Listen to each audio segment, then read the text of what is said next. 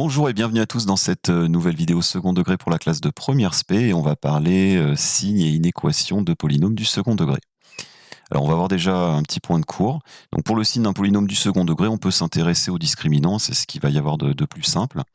Donc on calcule le discriminant. Si jamais il est positif, eh bien on va avoir affaire à un tableau de ce type-là. Donc on va retrouver les deux racines qu'on aura calculées grâce à notre déterminant. Ça va être l'endroit où notre polynôme va être égal à 0. Donc on positionne des zéros sous ces racines-là. Et ce qu'il faut se souvenir, c'est que à l'extérieur de ces racines, eh bien ça va être du signe de a. Le a, c'est le coefficient du x au carré. Voilà.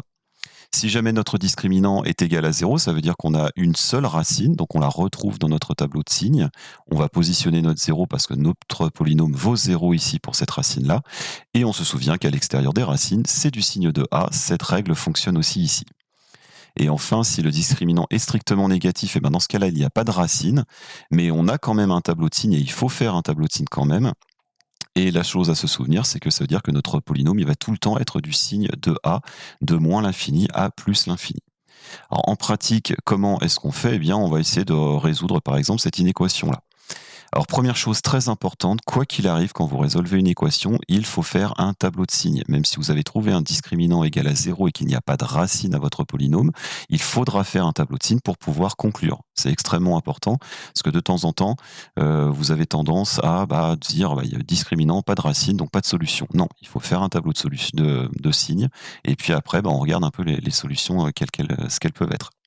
Donc là, on va calculer notre discriminant tout simplement. Donc ici, b carré moins 4ac, ce qui nous fait 2 au carré moins 4 fois 3 fois moins 5, ce qui nous fait un discriminant de 64, strictement positif, donc ça veut dire qu'on a deux racines. On calcule nos deux racines, donc avec les formules moins b moins racine de delta sur 2a et moins b plus racine de delta sur 2a.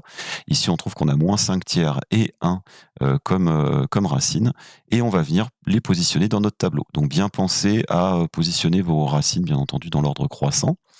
On positionne les zéros comme on a dit, puis on n'oublie pas qu'à l'extérieur, ça doit être du signe de A.